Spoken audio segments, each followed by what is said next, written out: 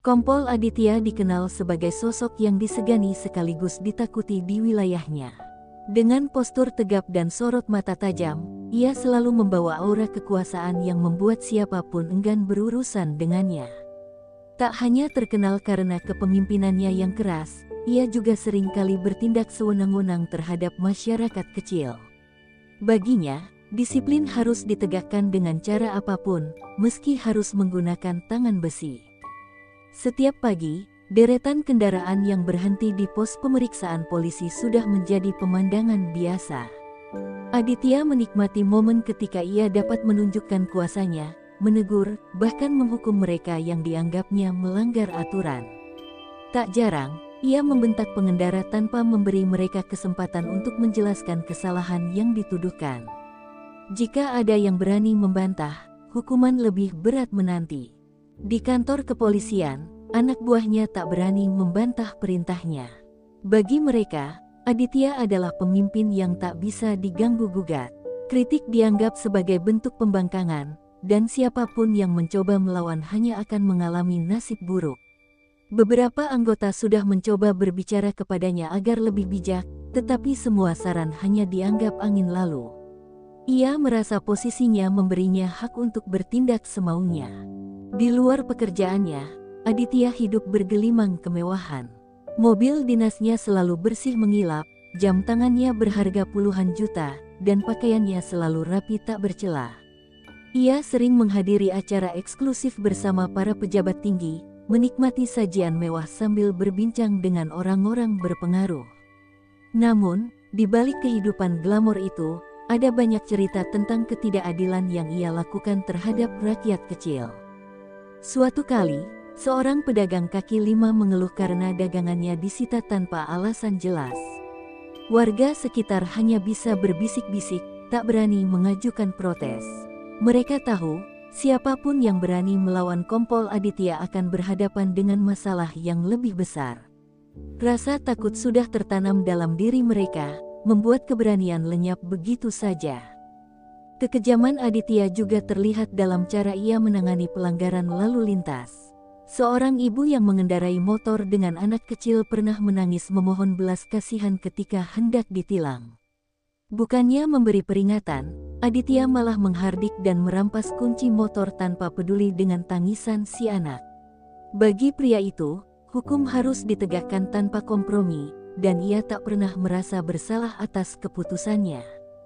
Kesombongannya semakin menjadi-jadi ketika ia merasa tak ada yang bisa menyentuhnya. Jabatan tinggi membuatnya percaya bahwa ia berada di atas hukum. Setiap kali ada laporan mengenai tindakan kasarnya, ia selalu berhasil mengelak berkat koneksi yang dimilikinya. Rakyat kecil hanya bisa pasrah, sementara rekan-rekannya diam karena takut kehilangan pekerjaan. Meskipun banyak orang membencinya, ada sebagian kecil yang tetap mengaguminya. Mereka menganggap ketegasannya sebagai bentuk kepemimpinan yang kuat. Namun, mereka tak sadar bahwa di balik sikap disiplin itu, tersembunyi kebengisan yang terus tumbuh. Aditya tak pernah merasa perlu mendengarkan masukan dari siapapun, karena baginya, dirinya sendiri adalah hukum. Suatu hari, ia merasa ada sesuatu yang berbeda. Tatapan orang-orang yang biasanya dipenuhi ketakutan kini terlihat mengandung kebencian yang lebih dalam. Namun, ia tak terlalu ambil pusing. Baginya, selama ia masih memiliki kekuasaan, tak ada satupun yang berani menjatuhkannya. Ia percaya bahwa kekuatan dan status akan selalu melindunginya dari akibat buruk. Tanpa ia sadari, keangkuhannya sedang menuntunnya menuju kejatuhan. Sebuah peristiwa besar tengah menantinya, sesuatu yang akan mengubah hidupnya selamanya. Apa yang selama ini ia anggap sebagai kekuatan, kelak akan menjadi kelemahan terbesar yang tak pernah ia bayangkan sebelumnya. Matahari siang menyengat jalanan kota, membuat aspal terasa bergetar oleh hawa panas. Di sebuah persimpangan yang ramai, suara klakson bersahut-sahutan, menambah hiruk-pikuk kemacetan. Kompol Aditya berdiri di tengah kerumunan, matanya tajam mengamati setiap kendaraan yang melintas. Ia tengah memimpin razia lalu lintas, sesuatu yang sering ia gunakan sebagai ajang unjuk kekuasaan. Tiba-tiba, sebuah sepeda motor menerobos lampu merah dengan kecepatan sedang. Tanpa pikir panjang, Aditya mengangkat tangan, memberi isyarat agar kendaraan itu berhenti. Seorang pemuda dengan wajah cemas menarik rem mendadak, nyaris membuatnya terjatuh. Wajahnya pucat, tangannya gemetar saat mencopot helm.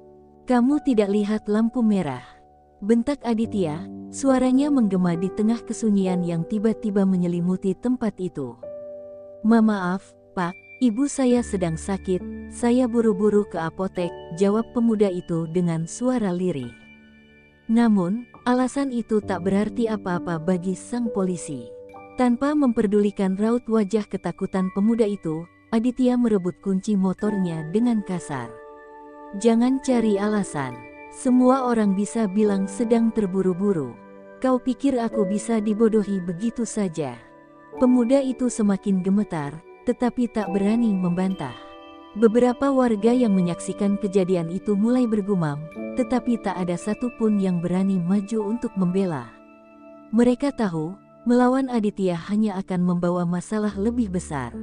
Di tengah ketegangan itu, seorang pria tua berjubah putih melangkah mendekat. Janggutnya lebat, matanya teduh, dan raut wajahnya memancarkan ketenangan yang aneh di tengah kekacauan.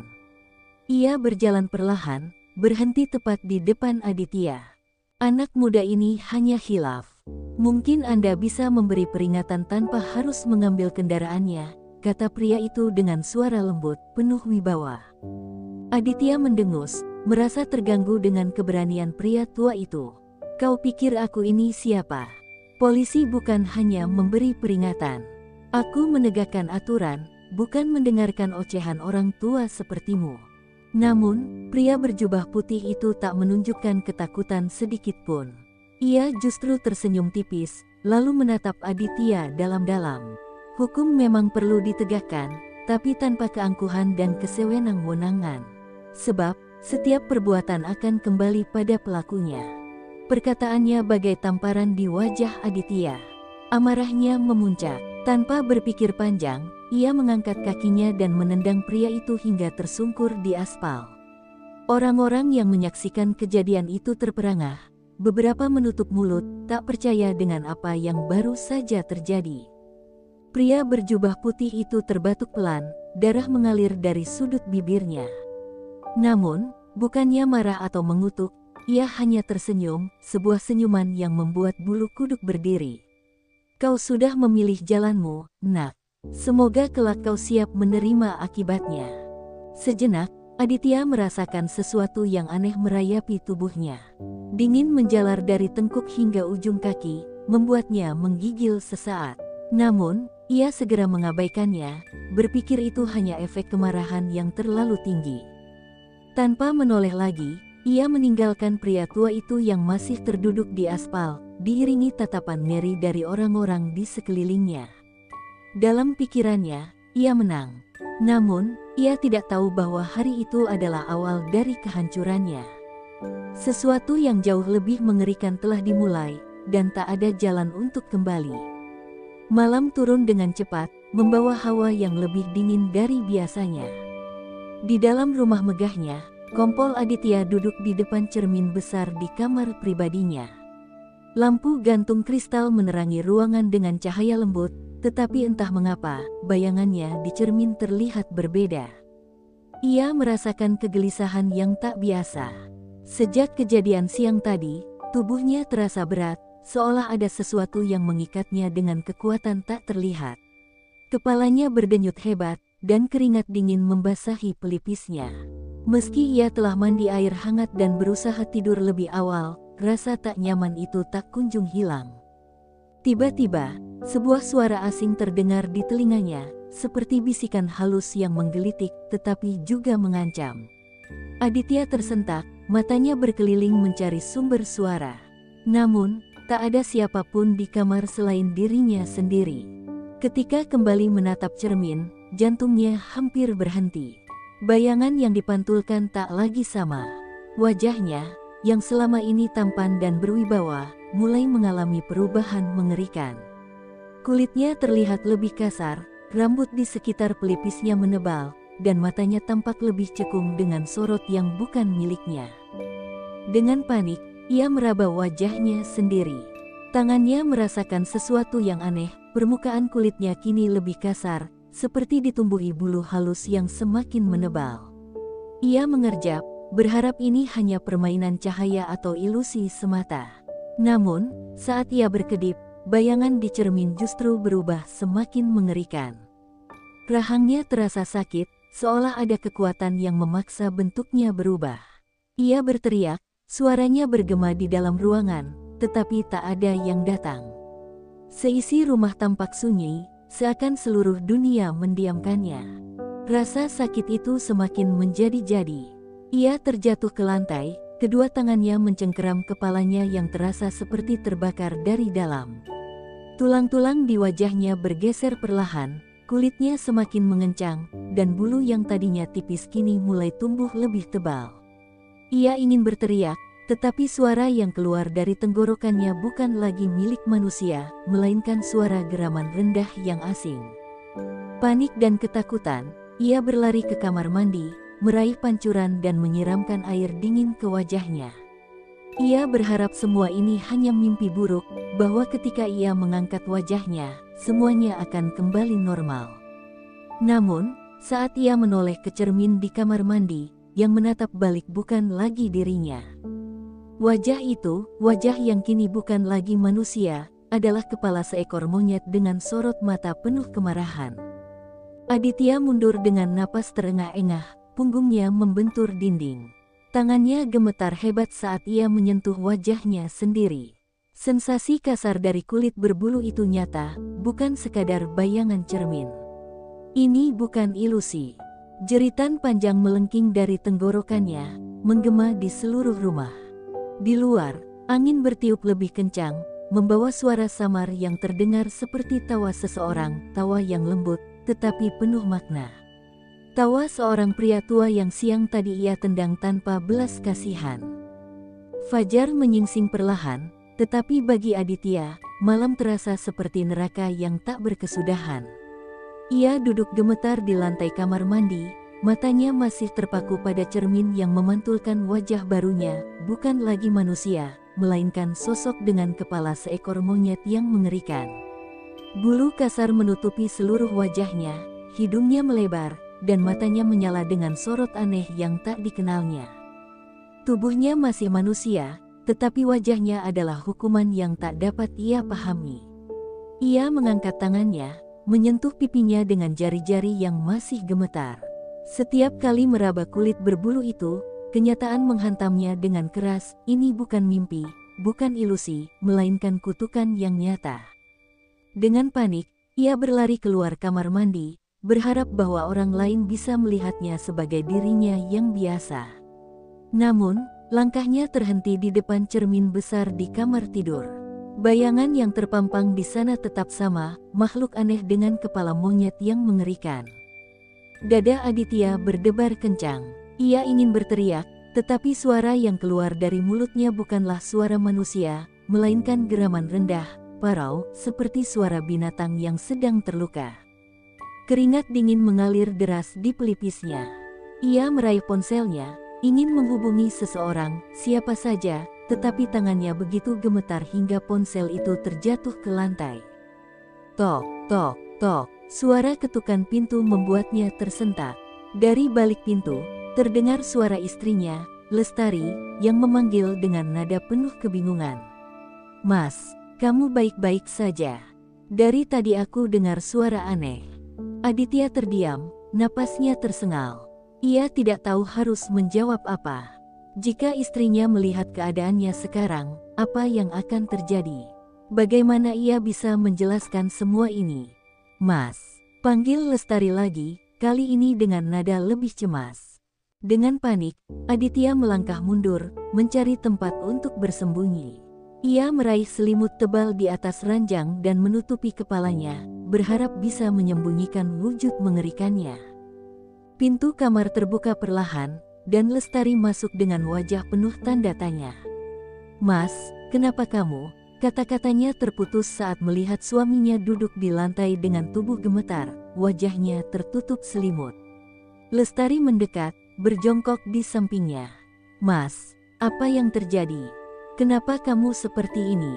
Aditya tak berani mengangkat wajahnya. Suaranya bergetar saat ia berkata, "Jangan lihat aku." Istrinya mengernyit, bingung dengan tingkah suaminya. Ia meraih tangan Aditya dengan lembut. "Mas, ini aku. Apapun yang terjadi, kamu bisa cerita padaku." Aditya terdiam lama. Jantungnya berdegup kencang. Ia ingin percaya bahwa istrinya bisa menerima apapun yang terjadi padanya. Tapi, bagaimana jika tidak? Bagaimana jika Lestari lari ketakutan dan meninggalkannya? Namun, sebelum ia bisa mengambil keputusan, sesuatu terjadi. Dari luar rumah, terdengar suara gaduh. Suara orang-orang berteriak, berdesakan, seolah ada sesuatu yang menarik perhatian mereka. Aditya menegang. Ia tak tahu apa yang sedang terjadi di luar, tetapi firasatnya mengatakan bahwa ini semua berkaitan dengannya. Dengan dada berdegup kencang, ia menyibak sedikit selimut dan melirik ke arah jendela. Apa yang ia lihat di luar membuat darahnya berdesir. Di depan rumahnya, kerumunan orang berkumpul, menunjuk-nunjuk ke arah jendelanya dengan ekspresi ngeri. Beberapa dari mereka berbisik, sementara yang lain tampak ketakutan. Dan di antara bisikan itu, satu kalimat terdengar begitu jelas. "Aku melihatnya, kepala polisi itu, berubah jadi monyet." Aditya merasakan tubuhnya melemas. Kata-kata dari luar rumah menamparnya lebih keras daripada tamparan takdir yang menimpanya. Orang-orang telah melihatnya. Bagaimana mungkin? Ia belum keluar rumah, belum menunjukkan wujud mengerikannya kepada siapapun. Lestari yang berdiri di dekat jendela menoleh ke suaminya dengan dahi mengernyit. "Mas, apa maksud mereka? Siapa yang berubah jadi monyet?" Suaranya dipenuhi kebingungan. Aditya menggigit bibirnya, merasa terjebak dalam situasi yang tak ada jalan keluarnya. Ia tahu, cepat atau lambat, kebenaran akan terungkap. Dengan tangan gemetar, ia menggenggam selimut lebih erat, menutupi wajahnya sepenuhnya. "Jangan lihat aku, Tari," bisiknya putus asa. Tapi Lestari tak bisa tinggal diam. Dengan hati-hati, ia mendekati suaminya dan menyentuh bahunya. "Mas, apa yang sebenarnya terjadi?" Sebelum Aditya bisa menjawab, terdengar ketukan keras di pintu depan. Suara-suara dari luar semakin nyaring, penuh dengan kecemasan dan ketakutan. "Pak Polisi, kami melihat sesuatu yang aneh di rumah ini. Tolong keluar sebentar." Darah Aditya berdesir. Ia tak bisa menghadapi mereka dalam keadaan seperti ini. Namun, jika ia tak keluar, mereka mungkin akan menerobos masuk. Dadanya naik turun, napasnya tersengal. Apa yang harus ia lakukan? Lestari menoleh ke arah pintu, lalu kembali menatap suaminya yang masih menggigil. "Mas, aku harus membukakan pintu. Kalau tidak, mereka akan semakin curiga." Aditya menelan ludah, lalu mengangguk lemah. "Jangan biarkan mereka masuk, aku belum siap." Lestari menarik napas dalam, lalu melangkah menuju pintu. Dengan tangan sedikit gemetar, ia membukanya perlahan. Cahaya matahari menerobos masuk, menyilaukan matanya sejenak. Di luar, puluhan pasang mata menatapnya dengan ekspresi campur aduk, takut, curiga, dan bingung. "Bu, maaf mengganggu," ujar seorang pria tua dengan suara ragu-ragu. "Tapi tadi kami melihat sesuatu dari jendela lantai atas, sesuatu yang aneh." Lestari berusaha tetap tenang. "Apa maksudnya, Pak?" Seorang wanita di antara kerumunan berseru, suaranya bergetar. "Kami melihat bayangan kepala monyet, tapi tubuhnya seperti manusia." Lestari menahan napas. Ia berusaha mencari alasan yang masuk akal, tetapi sebelum ia sempat berbicara, suara lain menyusul, kali ini dari seorang pemuda. "Apa Pak Aditya baik-baik saja? Kami khawatir." Lestari menoleh sekilas ke dalam rumah, ke arah suaminya yang masih bersembunyi di balik selimut. Ia tahu, cepat atau lambat kebenaran akan terbongkar. Dengan senyum tipis, ia berkata, "Suami saya kurang sehat hari ini. Mungkin yang kalian lihat hanya bayangan atau ilusi karena cahaya." Kerumunan bergumam pelan, beberapa tampak masih ragu. Namun sebelum ada yang sempat menanggapi, terdengar suara lain, suara yang membuat semua orang menegang. "Kalau begitu, biarkan kami melihat sendiri."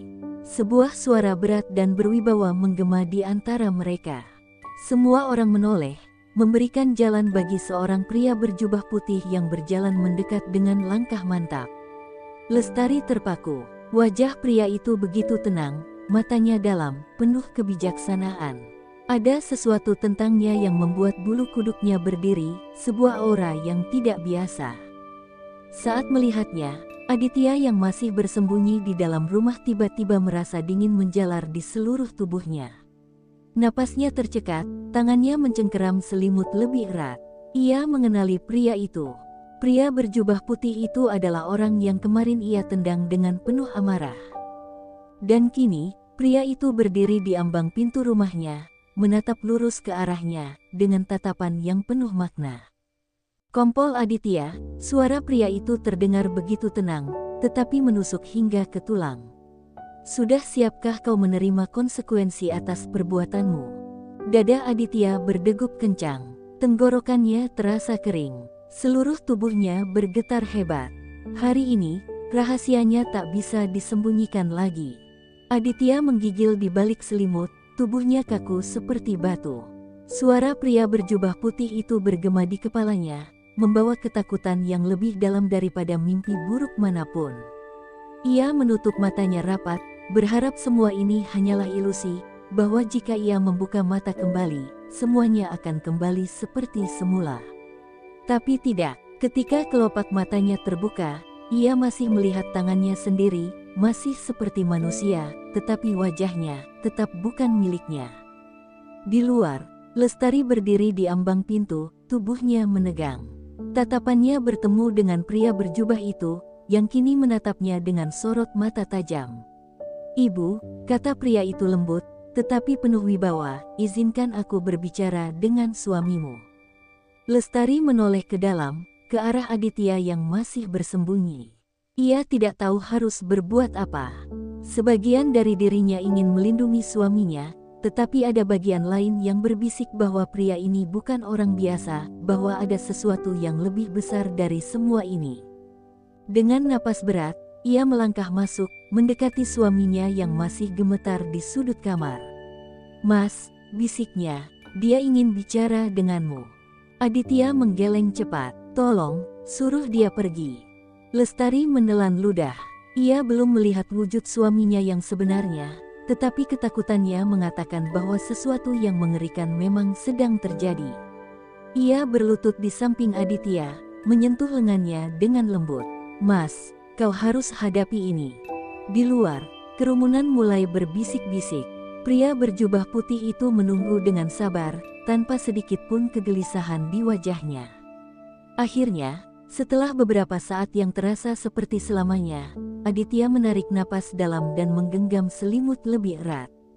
"Aku akan keluar," katanya pelan. Lestari terkejut, tetapi ia mengangguk. Dengan hati-hati, ia membantu suaminya berdiri. Langkah Aditya berat, seakan setiap inci tubuhnya dipenuhi ketakutan. Setiap suara dari luar terasa seperti ancaman yang siap menghancurkannya. Ketika akhirnya ia mencapai ambang pintu, ia masih menundukkan kepala, tak berani menatap siapapun. Namun, pria berjubah putih itu tetap berdiri tegak, tanpa sedikit pun ekspresi terkejut di wajahnya. "Lihat aku, Kompol Aditya," katanya. Aditya menelan ludah. Perlahan, ia mengangkat wajahnya. Saat itu, teriakan pecah di tengah kerumunan. Beberapa orang mundur ketakutan, yang lain menutup mulut mereka dengan ngeri. Seorang ibu memeluk anaknya erat-erat, sementara beberapa pemuda berlari menjauh. Mereka melihatnya. Mereka melihat wajahnya yang bukan lagi wajah manusia. Aditya ingin lari, ingin bersembunyi, ingin lenyap dari dunia ini. Tapi pria berjubah putih itu tetap berdiri di hadapannya, tatapannya tetap sama, bukan jijik, bukan takut, tetapi penuh kebijaksanaan. "Kau telah melihat akibat perbuatanmu," suara pria itu terdengar tenang. "Kini saatnya kau menerima kebenaran." Aditya terisak, dadanya terasa sesak. "Kenapa ini terjadi padaku?" tanyanya putus asa. Aku hanya..." "Kau menendang seorang Habib," pria itu berkata, suaranya tetap lembut tetapi penuh makna. "Dan bukan sembarang Habib." Aditya membeku. Kata-kata itu menusuknya lebih dalam daripada belati. Ia memandang pria itu dengan mata membelalak. Apa maksudmu?" Pria berjubah itu tersenyum tipis. "Aku bukan manusia biasa," kompol Aditya. "Kau telah menendang seseorang yang tidak seharusnya kau sentuh. Dan kini, kau merasakan balasan dari perbuatanmu." Jantung Aditya berdentum keras. Tubuhnya melemas, lututnya hampir tidak bisa menyangga berat tubuhnya. Ia jatuh berlutut di hadapan pria itu, air mata menggenang di matanya. "Tolong, kembalikan aku seperti semula," bisiknya. "Aku tidak bisa hidup seperti ini." Pria berjubah putih itu menatapnya lama. Lalu, dengan suara yang terdengar seperti petir di tengah langit gelap, ia berkata, "Hukumanmu belum berakhir." Aditya berlutut, tubuhnya bergetar hebat. Tatapan pria berjubah putih itu menembus jiwanya, menghakimi tanpa kata-kata. Orang-orang di sekelilingnya masih terpaku dalam ketakutan, beberapa berbisik, yang lain hanya bisa menatapnya dengan mata melebar. Lestari menggenggam lengan suaminya, air matanya berlinang. "Mas, apa yang harus kita lakukan?" Suaranya bergetar, hampir tak terdengar. Aditya menoleh ke arah istrinya dengan wajah penuh kepedihan. "Aku tidak tahu, Tari, aku tidak tahu lagi apa yang nyata dan apa yang mimpi buruk." Pria berjubah putih itu melangkah maju, mendekat hingga Aditya bisa merasakan hawa sejuk yang memancar darinya. "Hukumanmu belum berakhir," katanya lagi, suaranya bergema di udara seolah berasal dari segala arah. Aditya menggigit bibirnya, menahan isak yang hampir meledak. "Apa yang harus aku lakukan? Aku menyesal, aku sungguh menyesal." Pria itu menatapnya lama. Angin berembus kencang, membawa aroma tanah basah dan langit mendung. Seakan alam pun turut menyaksikan penghakiman ini. "Penyesalan saja tidak cukup," jawab pria itu akhirnya. "Dosa bukan sekadar kata yang bisa dihapus dengan air mata. Kau harus menebus kesalahanmu." Aditya menelan ludah.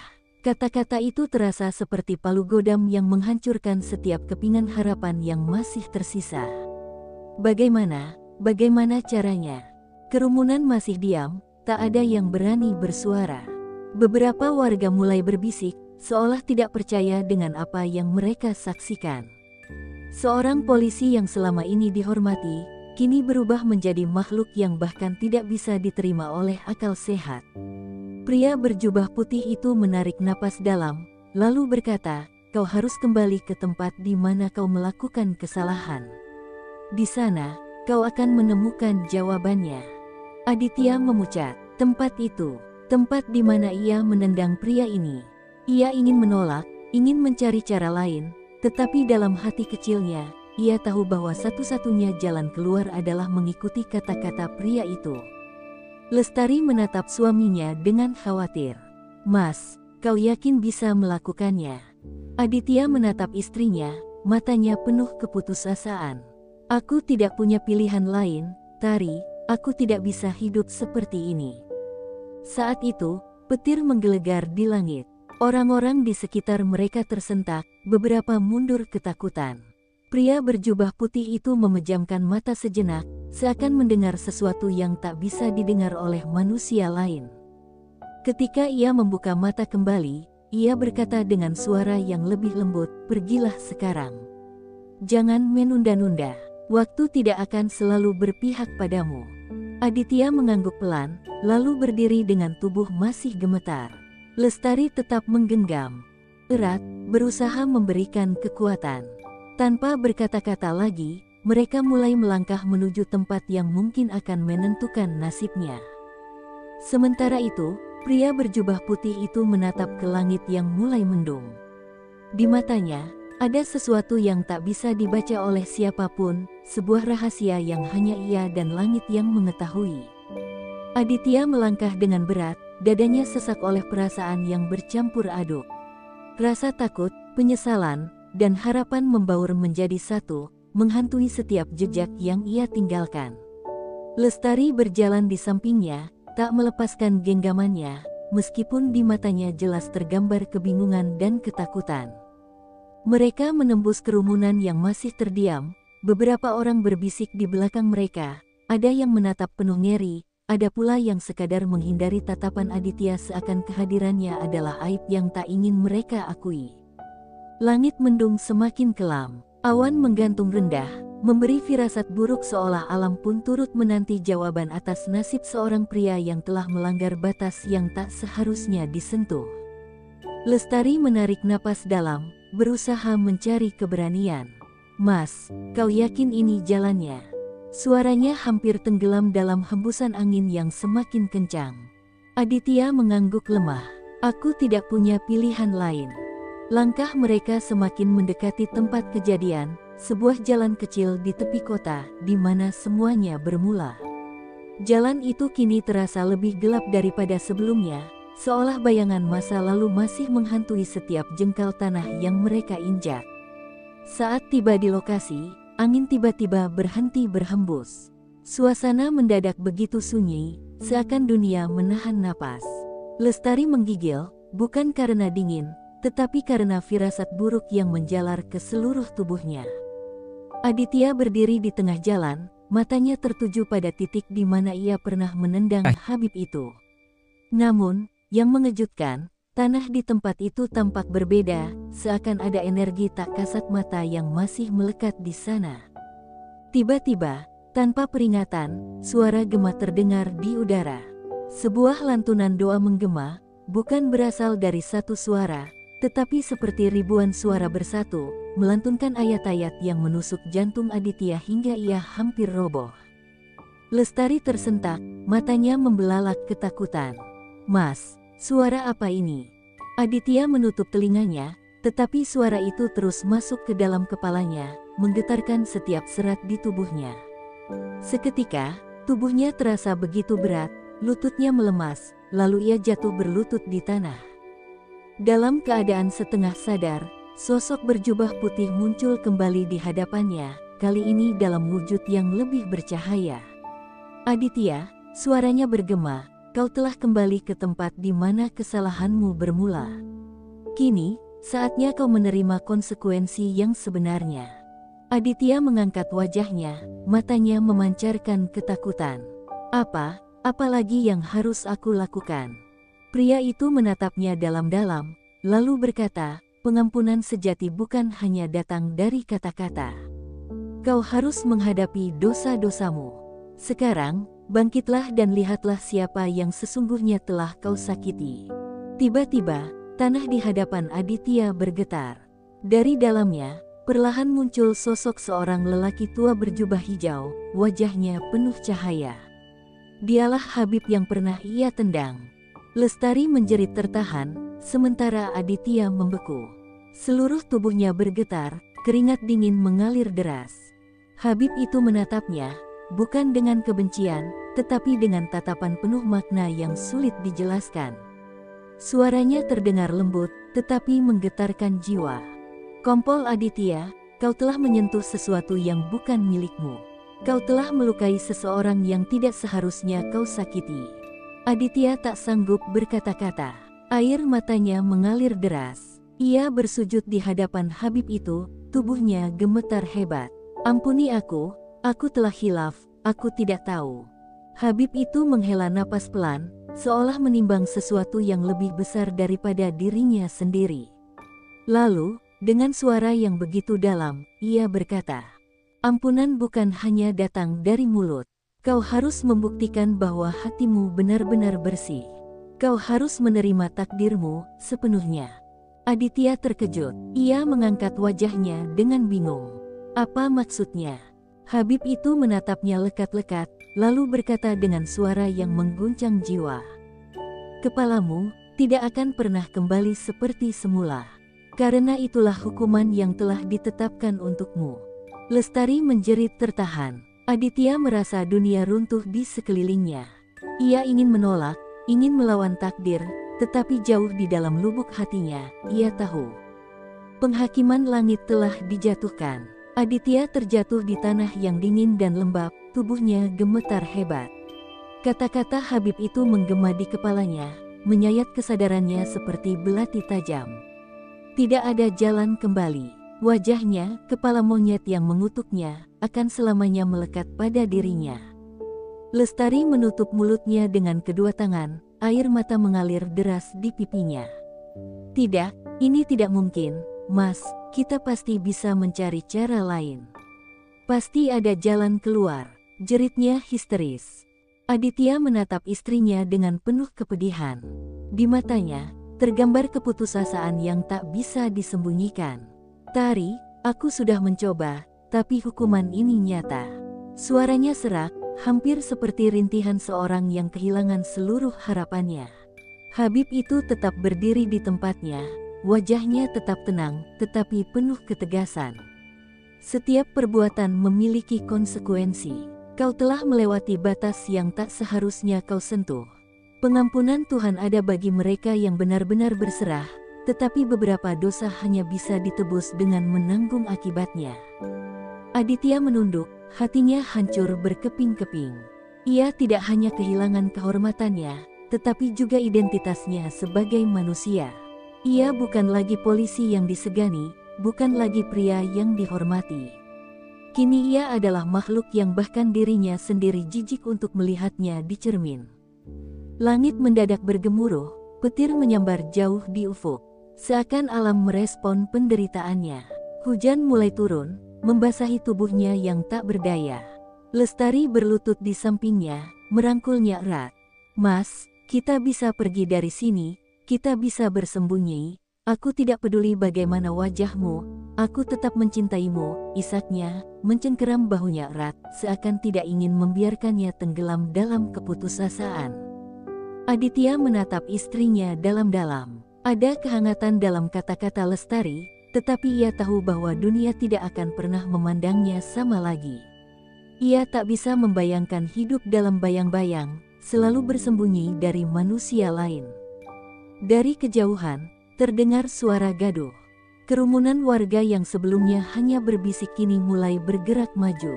Beberapa dari mereka membawa obor, sementara yang lain terlihat menghunus senjata seadanya, bambu runcing, kayu, bahkan golok. Wajah mereka dipenuhi ketakutan dan kebencian. Dia bukan manusia lagi. Usir dia, teriak seseorang. Dia pembawa sial. Jangan biarkan dia tinggal di sini, sahut yang lain. Lestari tersentak, tubuhnya menegang. Tidak, mereka tidak mungkin.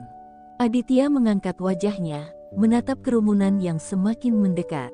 Mata-mata mereka menyala dengan ketakutan bercampur amarah. Ia tahu, bagi mereka, ia bukan lagi bagian dari masyarakat. Ia telah menjadi momok yang harus disingkirkan. Habib itu masih berdiri di tempatnya, menatap kejadian ini dengan mata sendu. Lihatlah, Aditya, inilah wajah dunia. Manusia mudah takut pada sesuatu yang tak mereka pahami, dan dalam ketakutan itu, mereka akan memilih untuk menghancurkan. Aditya mengepalkan tangannya. Ia ingin berteriak, ingin melawan, tetapi apa gunanya? Ia tak bisa melawan seluruh dunia. Ia hanya seorang pria yang telah kehilangan segalanya. Lestari menarik tangannya dengan putus asa. Mas, kita harus pergi. Sekarang. Aditya masih terpaku di tempatnya. Namun, saat ia melihat Lestari yang ketakutan, ia menyadari sesuatu. Jika ia tetap di sini, bukan hanya dirinya yang akan menderita. Lestari juga akan menjadi korban. Dengan sisa kekuatan yang dimilikinya, ia bangkit.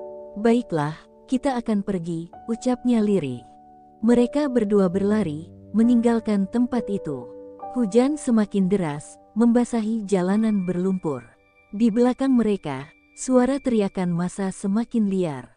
Obor-obor dilemparkan, menerangi kegelapan malam dengan api yang menari-nari di udara. Aditya tahu, hidupnya tidak akan pernah sama lagi. Dunia menolaknya, manusia membencinya, dan hukuman yang ia terima tak bisa diubah. Namun, di dalam dadanya, ada satu pertanyaan yang terus bergema, jika Tuhan masih memberinya hidup, Apakah itu berarti masih ada harapan? Kesaibdaran.